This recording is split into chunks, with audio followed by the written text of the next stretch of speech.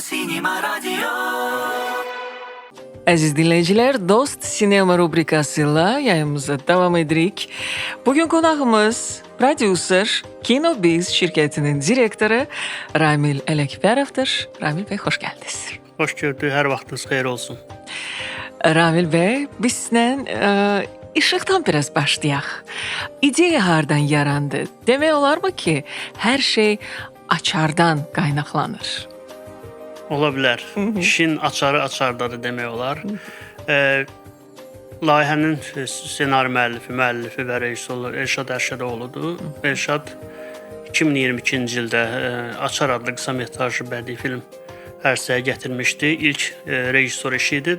Daha əvvəl təbii ki, senarist və redaktor olaraq filmlərdə çalışıb. İlk rejissor işi idi. Bu işdə biz bir yerdə çalışmamışdıq, amma bizim dostluğumuz, yəni tanışlığımız var idi.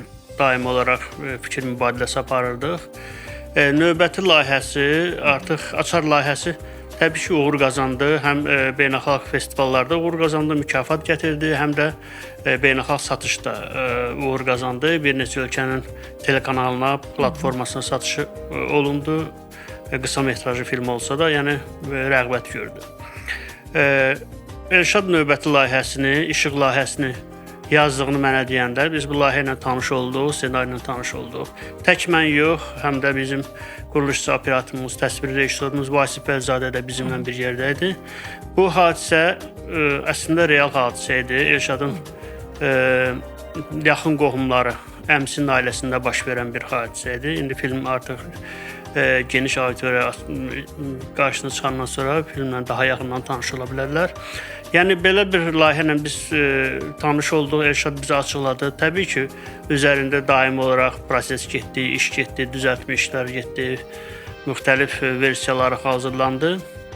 Biz deməli 2024-cü ildə bu filmin artıq layihə olaraq necə ərsə gətirə biləcəyimiz haqqında fikir mübadiləsi apardıq. Yəni maliyyə dəstəyi olaraq bir neçə yerə təbii ki, müraciətlər elədik. Və biz qərara gəldik ki, bu işin hansı məkanlarda çəkəcəyimizi, prosesin necə getməyini anlamaq üçün Füzuli istiqamətinə hərəkət edək. Təsvir rejissorumuz, biz, səs rejissorumuz, rejissor, prodüser bir yerdə bir növ ekspedisiya getdi. Bu, həm də biz kamera ilə getdik, təbii ki, çəkilişlə. Və o çəkilişlərimiz 2-3 gün ərzində işığa doğru sənədli filmlər ərsəyə gətirdik. Yəni bizim nəzərdə tutduğumuz bu trilogiyadır. İşığa doğru, işıq və işıqdan sonrası olacaq. Bundan sonra təbii ki, orada artıq yeni bir layihə olacaq. Yəni işığa doğru sənədli film oldu. Bu sənədli filmdə biz əslində bu layihədəki filmdəki mövzunu, bir axtarış mövzusu var orada daimi olaraq. Qısa metrajlı bədii filmdə, işıq filmində də görünəcək bu axtarış mövzusu. Kimlərsə daimi olaraq nəsə axtarışdadır. Biz də bu axtarış mövzusunu davam etdirdik. Paralel olaraq biz həm də yeni filmimizə məkan axtarışı elədik bu sənədli filmlə. Yəni filmin özündə də axtarış iki paralel şəkildə aparılır. İşığa doğru sənədli filmində həm məkan axtarışı, real olaraq yeni çəkiləcək filmlə bağlı rejissor və təsvir rejissorunun daimi olaraq dialoqları görünür, onların məkanları baxışı görünür, harda nə çəkəcəkləri orada müzakirə olunur və həm də o bizim işıq filminin mövzusu orada axtarılır. Bu film festival həyatı hələ də davam edir. İtaliyada bir festivalda nümayiş olundu, Türkiyədə bir festivalda mükafat qazandı, hələ də davam edir. Yerli festivallara bu il inşallah təqdim edirik və bu il inşallah yerli festivallardan işığa doğru sənədli filminin uğur qazanacağını gözləyirik. Və növbəti mərhələdə artıq bu film təhvil verdik. Yəni artıq festival həyatına başlayandan sonra işıq filmi üzərində, əsas layihə üzərində işə başladıq və təbii ki, Azərbaycan Respublikasının Kino Agentliyinin daimi olaraq elan etdiyi müsabiqələr var və bu müsabiqələrdən birinə müraciət elədik, pitchingdə iştirak elədik və qalib gəldik bu layihə olaraq və dərhal prosesə başladıq. Biz Kino Agentliyi ilə müqaviləni yanvarda bağladıq. Artıq fevralın sonlarında biz çəkilişimizi yekunlaşdırdıq. Yəni çünki bizdə hazırlıq prosesi bir növ artıq demək olar ki, hazır idi bir çox hallarda. Filmin əsas heyəti deməli təsvir rejissoru Vasif Fələzadə, quluşçu rəssam Arif Neftiyev, müəllif və rejissor Elşad Ərşadoğlu. Yəni bunlar artıq uzun müddətli layihədən xəbərləri olduğu üçün artıq layihəni bir növ biz o layihə ilə qidalanmışdıq, hazır idi. Yəni o qısa müddətdə biz məkan seçimini həll elədik. Məkan seçimləri demək olar ki, bizim beynimizdə vardı. Artıq sənədli filmdə biz oraları gəzmişdik, görmüşdük. Hazırda hansı proseslər orada baş verib, nə dəyişikliklər baş verib, ona baxdıq və bizim müddətimiz də az idi. Nəyə görə az idi? Birinci növbədə bizim filmin ruhuna görə biz daha çox sarı, yəni yaşıl rənglər çox az olmalı idi. Yəni torpaq hələ yaşıllaşmamalı idi. Və ikinci məsələ də məsələn tutaq ki, fikirləşə bilərik bunu payıza saxlaya bilərdik, amma payıza da qala bilmirdi. Çünki biz orada məsələn indi məzarlıq, dağıdılmış məzarlıq lazımdır bizə və işğaldan azad olunmuş ərazidə bərpa prosesi çox sürətli davam edir. Artıq biz 2 il əvvəl gördüyümüz məzarlıqların əksəriyyəti həm vətəndaşlar tərəfindən məzarlar artıq bərpa olunmuşdu, həm dövlət tərəfindən orada müəyyən işlər görülmüşdü. Biz bu işi prosesi sürətli eləməliydik. Təsəvvür edin ki, biz çəkiliş apardığımız müddətdə həmin məzarlığa belə gətirib daş tökdülər. Yəni orada artıq proses başlayırdı. Biz yəni son mərhələdə artıq bu beynimizdə olan, ağıl fikrimizdə olan ideyanı reallaşdırmalıydıq. Yəni çəkdik, yaxşı getdi çəkilişlər 5 gün ərzində. Həm işğaldan azad olunmuş ərazidə Füzuli Cəbrayıl bölgəsində apardıq, həm də ki Füzulinin Zobucuq qəsəbəsi var. Məcburi köçkünlər üçün salınmış bir qəsəbədir. Orada çəkilişlərimizi apardıq. Filmin hazırda montaj prosesi də yekunlaşıb, rəng və səs üzərində işlər gedir. Filmin posterini artıq görmüşük. Mən istərdim biraz filmdə nədən bəhs olmuş, ondan bizə danışasınız. Film əslində bayaq İşqa Doğru filmi ilə bağlı danışanda da dedim, axtarış mövzusudur. İşğalda, yəni Füzuli rayonu işğal olunanda və bayaq da qeyd elədim ki, bu Elşadın əmisinin ailəsində baş vermiş bir real hadisədir. Bir hadisə baş verir, ailənin uşağı, yəni kiçik yaşlı qız bomba nəticəsində həlak olur.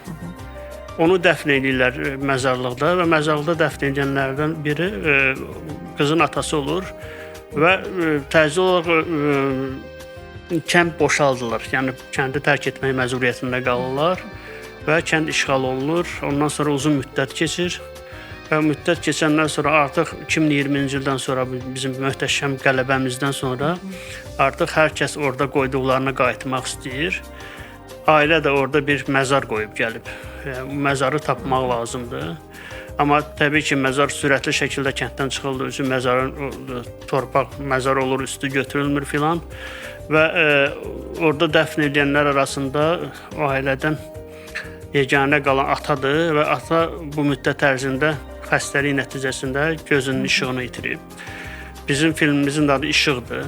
Yəni burada biz müxtəlif mənalarda işıqdan bəhs edirik. Filmin bir ismarıcı olaraq. Bəli, həm mesaj var, orada fiziki olaraq işıqdan bəhs edirik, atanın gözünün işığını itirməsi və oğul artıq böyüyüb, yəni həlak olan qızın qardaşı böyüyüb, o da işıq idarəsində, yəni elektrik şəbəkə idarəsində çalışır və işğaldan azad olunmuş bölgəyə işıq çəkirlər.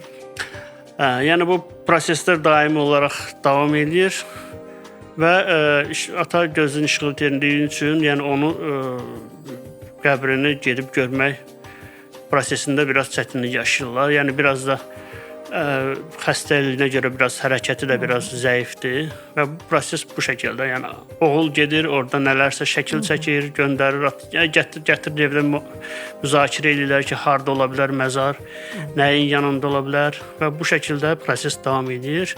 Yəni çox detallı, əslində biraz detallı açıqladım, amma Elşadla biraz problem yaşayacaq. Amma ki, daha detallı demədim, çünki final da sürpriz bir final olur. Ramil bəy, əslində real hadisələr üzərində qurulmuş ssenarilər və çəkilmiş filmlər şəxsən məndə çox böyük bir maraq yaradır. Çünki olmuş bir hadisəni canlandırmaq çox gözəl bir şeydir və bir tarixdir. Biz bunu mən şəxsən səbirsizliklə gözləyirəm və baxmaq istəyirəm. Çəkiliş prosesində hansı maraqlı məqamlarla daha üzləşdiniz? Yəni dediyimiz kimi bizim əsas heyətimiz çəkilişə artıq çoxdan hazır idi. Bu bir audiovizual əsəri ərsəyə gətirəndə onun vizual təsviri artıq beynində canlanır. Bu təsvir rejissoru, rəssam, rejissor tərəfindən ki, biz hansı rənglərə üstünlük verəcəyik, hansı atmosferi yaratmaq istəyirik. Biz istədiyimiz atmosferi bir çox hallarda özümüz təşkil etdik və bir çox hallarda da Allah tərəfindən bizim qarşımıza çıxdı. Necə qarşımıza çıxdı? Məsələn, çəkilişin ilk 3 günü biz eksteryer çəkilişləri, natura çəkilişlərini eləyirdik. Hava çox yaxşı oldu və yəni ki, əslində fevralın axırı biraz, indi də hətta belə havanı bilmək olmur. Gah yağış yağır, gah gün çıxır. Və bizə lazım olan məkanlarda, məsələn, tutaq ki, məzarlıq çəkilişində arxada böyük bir duman çökdü. Yəni təsvir üçün bu yaxşı bir daha çox mistik bir atmosfer yaradır. Bu hadisə baş verdi və biz natura çəkilişlərini bitirib evə daxilə girən kimi, interyer çəkilişlərinə girən kimi möhkəm yağış yağmağa başladı. Artıq yəni yağışın, havanın bizə maneçiliyi olmadı, belə deyə bilərik. Çünki biz artıq interyerdə idik, interyer çəkilişlərimizi də elədik bu şəkildə. Yəni bu maraqlı hadisələr baş verdi. Maraqlı şans demək olar. Bəli. İşıq gələcəkdə beynəlxalq film festivallarına təqdim ediləcək? Bəli, nəzərdə tutulur təbii ki. Yəni biz əgər film istehsal olunubsa, bunun bir neçə istiqaməti var. İlk növbədə nəzərdə tutulur formatına görə, mövzusuna görə, hansı festivallar uyğundursa o festivallara doğru yönəlilir. Biz də onu nəzərdə tutmuşuq tezliklə. İlk istiqamətdə bu festival həyatını yaşayacaq inşallah. Sonra təbii ki, festival həyatından sonra təbii ki, bu daha çox kino agentliyinin dəstəyinə ərsəyə gəldiyi üçün bir yerdə onlarla məsləhətləşərək bu işləri eləyirik və satış mərhələsi baş verəcək. Daha sonra da yerli tamaşaçıya film nümayiş olunacaq inşallah. Yəni proses bu şəkildə nəzərdə tutulub. İnşallah burada da bizdən yox, Allah deyən olsun. Yəni işlərimiz yaxşı getsin. Üçüncü hissə deyirsiniz ki, gözlənilir. O nə vaxt olacaq? Bu üçüncü hissədə, bu ikinci hissəni təhvil verəndən sonra daha doğrusu çəkilişləri bu proses davam elə gedirdi. Çünki biz üçüncü hissədə işığın arxasında, işıqdan sonra bu tipli bir işçi adı var. Yəni işıq ümumiyyətlə bizim bu trilogiyada bir xətt kimi gedir. Birincidə işığı axtardıq, ikinci filmdə, işıq filmində konkret olaraq həm insanın içindəki o mənəvi işıq məsələsindən çox danışdıq. Çünki burada əsas görünməyən mövzu müharibədir. Müharibə bütün insanların həyatına hansı şəkildə daxil olur və müharibəni törədənlər də, müharibəyə səbəb olanlar da, içində işığı olmayan insanlar da. Biz əslində fiziki işıqdan çox mənəvi işığı da axtarırıq orada. Üçüncü filmdə də biz işığın arxasına getmişik. Yəni bu proses, çəkiliş prosesi vaxtı biz bu prosesi də lentə almışıq. Yəni bu film daha çox olacaq işıq haqqında və kino da bir işıqdır. Yəni kino işıq varsa kino var, sənət var, kino sənəti var. İşıq üzərində qurulmuş bir sənətdir.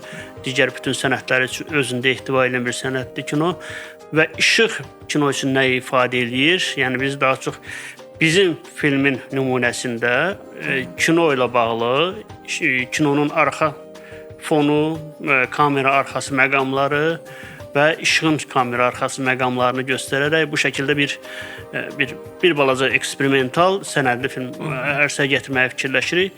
Böyük hissəsi təbii ki, çəkiliş prosesi zamanı reallaşıb. İndi işıq filmi ilə prosesi bitirəndən sonra, post-production bitəndən sonra daha çox o film üzərində biraz daha düşünərək, daha hansı məqamlar qalıbsa o məqamların çəkilişini apararaq davam edəcəyik işə. Siz dediniz, hal-hazırda post-production mərhələsindədir. Nə vaxt təqdim olunması nəzərdə tutulur? Əgər planlaşdırdığımız kimi olsa, artıq bu gün məsələn musiqi yazılışıdır, orada son musiqi yazılışıdır və səs də demək olar bitmək üzrədir. Yəni gələn həftə biz bunu bitirib tamamilə Kino Agentliyinə təhvil verə bilərik. Kino Agentliyində də proses bilirsiniz ki, Bədii Şura var, davamlı olaraq. Yəni bunu da bildirmək istəyirəm ki, Bədii Şurada çox hörmətli insanlar əyləşiblər və bu prosesdə, yəni hazırlıq prosesi, çəkiliş prosesi daimi olaraq layihələrə nəzarət edirlər və öz tövsiyələrini edirlər. Biz o tövsiyələr işığında da filmimizi mən yəni hiss edirəm ki, daha mükəmmələ doğru apardıq. Yəni montaj prosesində də biraz da mükəmməlləşdirdik. Çünki daimi olaraq tövsiyələr aldıq, xüsusilə Yavər müəllimdən, Yavər Rızayevdən, Ayıq Səfərəliyevdən müxtəlif, yəni onlar kinonu çox yaxşı bilən insanlardır. Bizə verilən tövsiyələr nəticəsində mən elə gəlir ki, daha yaxşı. Yəni bizim düşündüyümüzdən daha yaxşı bir montaj prosesi baş verdi. Yəni bunu biz may ayında təhvil veriləcək filmi, daha sonra proseslər gedəcək. Yəqin ki, paralel olaraq biz başlayırıq festival məsələlərinə və ölkədə nümayişi isə Kino Agentliyinin qərarı ilə olacaq. Yəqin ki, hazırda nəzərdə tutulan Kino Agentliyinin tam metrajlı filmlərinin nümayişi var sırada. Filmlər təhvil verildikcə onlar da tamaşaçılara, geniş auditoriyaya çatdırılır. Yəqin ki, ilin sonuna doğru mən nəzərdə tuturam ki, yəqin fikirləşirəm o şəkildə bizim filmimiz yerli tamaşaçı nümayiş olunar. Təbii ki, burada bölgə məsələsi də var. Məsələn, bu Füzuli bölgəsində olan hadisədən bəhs edir. Biz Bakıda təhvil verdikdən sonra Füzulidə də bunun nümayişini təşkil etmək istəyirik. Bundan öncəki Kino Bizin istehsal etdiyi bir Nəsil Yaddaşı adlı bir sənədli film var idi. Onu da Kino Agentliyi post-production dəstəyi vermişdi. Biz bunu İsmayıllı rayonunda çəkmişdik. İsmayıllı rayonunda 31 Mart soyqırımının səbəb olduğu itkilərlə bağlı çəkmişdik. Nəsil Yaddaşı, yəni nəsillərdən qalan xatirələrlə. Biz onu keçən ilin dekabrında Bakıda Baku Briz festivalı ərəfəsində nümayiş olundu. Burada Kino Agentliyinin nümayişi baş verdi və bu ilin artıq fevral ayında da biz onu İsmayılda aparıb yenə də Kino Agentliyinin və İsmayıl rayon icra hakimiyyətinin dəstəyi ilə İsmayıldakı tamaşaçılar nümayiş etdirdi. Yəni ənənə belədir. Hansı bölgədə çəkmişiksə, orada da mütləq yəni onun nümayişini, ilkin nümayişini tamaşaçılara nəzərdə tutmuşuq. İşıq filmləri qısa metrajlı filmlərdir. Bəs tam metrajlı filmi ərsəyə gətirmək fikriniz var? Nəzərdə var təbii ki. Biz Kinobiz şirkəti olaraq 2023-cü ildə fəaliyyətə başladıq. Kinobiz əslində bir ad kimi, brend kimi var idi. Biz kino müxtəlif sosial şəbəkələrdə və sayt olaraq kino təbliğatı ilə məşğul idik. Kino 2023-cü ildən isə artıq istehsala keçdi. Bir neçə filmimiz bildiyiniz kimi adlarını çəkdim, istehsal olundu. Bunlar qısa metrajlılardır. Növbəti mərhələdə layihələrimiz var təbii ki, tam metrajlı. Həm sənədli, həm bədii film layihələrimiz var. Biz müsabiqələrə də müraciət edəcəyik. Kino Agentliyinin daimi olaraq açdığı müsabiqələr var. Bu müsabiqələrə də müraciət etməyi nəzərdə tuturuq. Və müxtəlif yəni layihələr var. Müxtəlif mövzulu, müxtəlif janrlı layihələr var. Bu mövzularla davam edəcəyik. Və onu da bildirim ki, Kinobiz bir istiqamətdə tək istehsal deyil. Kinobiz film istehsalıdır. Kinobiz distribution da var. Biz burada digər Azərbaycanda fəaliyyət göstərən digər productionlarda müqavilə bağlamışıq bəzi productionlarda. Onların istehsal etdiyi filmləri də qısa metrajlı, sənədli, bədii xaricdə satışını təşkil etməyi nəzərdə tutmuşuq. Artıq bu istiqamətdə işlər görülüb, bəzi satışlar da olub və bunun əsas problemi təbii ki, birinci növbədə bu işə maliyyə sərmayə qoymaq lazımdır. Sərmayə də əsas nədən ibarətdir? Kino marketlərdə, film marketlərdə, festivallarda mütləq və mütləq nümayəndəmiz daimi olaraq iştirak etməlidir. Bu da maliyyə çətinliyi yaradır təbii ki. Bəzilərində iştirak edə bilirik. Məsələn, ən son dekabr ayında Red Sea Film Festival film marketdə iştirak eləmişdik. Ərəb ölkələrinə təbii ki, bu ünvanlanan bir market idi. Orada müxtəlif əlaqələr, kontaktlar yaratdıq və bu istiqamətdə filmlərimizin, Azərbaycan filmlərimizin Azərbaycandan hekayələr sloqanı ilə Azərbaycan filmlərinin ilk növbədə yaxın ərazilərə, sonra isə daha geniş coğrafiyalara satışını nəzərdə tutmuşuq. İnşallah. Elə kino bizdən biraz danışmaq istərdik. Qarşıya qoyulan hədəflərə çata bilirikmi? Təbii ki, mən bilirəm, hər şey maddiyata dayanır. Bəli, elə. Amma var elə pərdə arxası məqamlar ki, məsələn, bir çoxları bilmir nə qədər əmək sərf olunur. Adi kino bizim məsələn saytının yaranması üçün. Gələcəkdə stream servis yaratmaq fikriniz varmı? Bizim əslində bu Kinobiz layihəsi, Kinobiz şirkəti ortaya çıxanda biz planlaşdırılmış illərə görə yaxın 3 il, yaxın 5 il planlaşdırılmış mövzularımız var. Hansı istiqamətdə davam edəcəyik. Məsələn, ilk istiqamət istehsal və Kinobiz az saytı idi. Kinobiz az artıq sentyabr ayından açıqdır və təbii ki, burada yüzlərlə film var Azərbaycanda, minlərlə kino sahəsində çalışmış şəxslər var. Kinobiz az saytında bu insanlar haqqında, bu filmlər haqqında məlumatlar daimi olaraq gündəlik yenilənir, artırılır. Biz o indiyə qədər çəkilmiş filmlər və insanlar haqqında məlumatları yerləşdirmək üçün böyük bir ya işçi qüvvəsi geniş olmalıdır, bunu sürətləndirmək üçün geniş maddi dəstək olmalıdır və ya daha az işçi qüvvəsindən daha uzun müddətə. Biz hələ ki daha uzun müddətə daha az işçi qüvvəsi ilə işləyirik. Amma təxminən 4000-ə yaxın insan haqqında artıq məlumat yerləşdirilib və film sayı azdır. Təbii ki 120-yə yaxın film haqqında informasiya var. Orada bunlar davam edəcək, mütəmadi olaraq gedir. Bunlar bizim Azərbaycan kinosunun məlumat bazası və istehsal idi. Distributiona da başlamışıq, dediyimiz kimi keçən ildən artıq bəzi filmlərimizi satmışıq. Həm hava yolları şirkətlərinin əyləncə platformalar var, onlara satmışıq. Həm də digər ölkələrin satış platformalarına satışımız davam edir. Bundan əlavə təbii ki biz streaming dedinizsə, bununla bağlı bir layihəmiz var. Kinobiz TV layihəsi var. Bu Azərbaycan ümumiyyətlə kino ölkədə tematik kino kanalı yoxdur. Yəni bununla bağlı biz layihəmiz var. O da biraz büdcəli işdir deyə hələ ki dəstək tapa bilməmişik. Dəstək tapdıqdan sonra bütün bazası, yəni hüquqi bazası, digər informasiya bazası, data kontent bazası demək olar ki hazırdır. Yəni əlimizdə var. Sadəcə olaraq bunu maliyyə bazası lazımdır ki, bu iş həyata keçsin. Bir də sonrakı mərhələdə artıq növbəti mərhələdə Kinobiz Akademi, yəni kino təhsili ilə bağlı müxtəlif kursların təşkili nəzərdə tutulur. Bu da artıq 2028-dən sonra nəzərdə tutulan. Yəni mərhələ bu şəkildə bölüşdürmüşük. Hansına imkan olduqca biz bu prosesi başlayırıq. Ramil bəy, biraz prodüserlik fəaliyyətinizdən də bizə danışın. Mən biz çoxlarınızın da bildiyi kimi mən kino təbliğatçısı, necə deyirlər, kinoşünas və senarist kimi kino sahəsində başlamışam. Uzun illərdə artıq senarist kimi həm animasiya filmlərində, həm bədii, serial, sənədli filmlərdə işləmişəm. Prodüser kimi əsas işə başlamağım 2023-cü ildən etibarən oldu. Və bu istiqamətdə tək öz Kinobiz istehsal yox, başqa filmlərin istehsalında da çalışmışam paralel olaraq və bizim kino agentliyinin və yaradıcı mərkəzinin dəstəyi ilə prodüserlər üçün bir beynəlxalq master klass keçirildi, yəni kurs keçirildi. O kurslarda iştirak elədik.